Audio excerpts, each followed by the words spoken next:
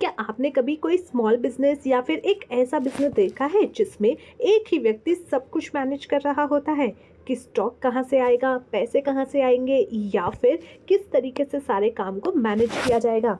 तो ऐसे बिजनेस को कहा जाता है प्रोप्राइटरशिप फर्म, और उस व्यक्ति को जो कि ऑनर होता है, जो सब कुछ मैनेज कर रहा होता है, उसको कहा जाता है प्रोप्राइटर।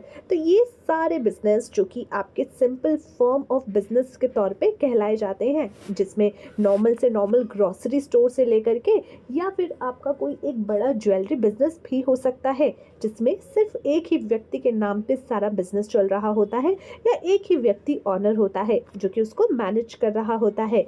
यहाँ पे प्रोप्राइटरशिप फर्म एक सिंपलेस्ट फॉर्म होता है बिजनेस का, क्योंकि इसको सिर्फ एक व्यक्ति हैंडल करता है। तो कोई पार्टनर की ज़रूरत नहीं, कोई बोर्ड की ज़रूरत नहीं, कोई बोर्ड ऑफ मेंबर की ज़रूरत नहीं, सिर्फ आप और आपका बिजनेस। यहाँ पे सारा प्रॉफिट जो है वो आप रखते हैं, बट ऑल्सो जो भी लॉस होता है वो आपका ही होता है, क्योंकि आप प्रोप्राइटर हैं।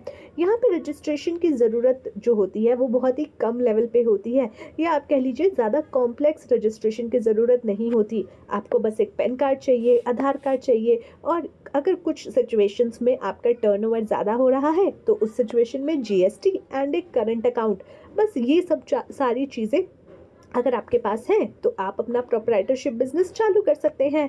ये बहुत ही इजी होता है सेटअप करने में, या आप कह लीजिए क्लोज करने में भी। यहाँ पे प्रेफर जो है या परफेक्ट सिचुएशंस होती है छोटी छोटी शॉप्स, या फिर फ्रीलांसर, या फिर होम बिजनेस, या आपका स्टार्टअप। इन सारी चीज़ों में आप प्रोप्राइटरशिप फर्म ओपन कर सकते हैं। बट रिमेंबर, जो ऑनर होता है और जो बिजनेस होता है वो दोनों सेम होते हैं।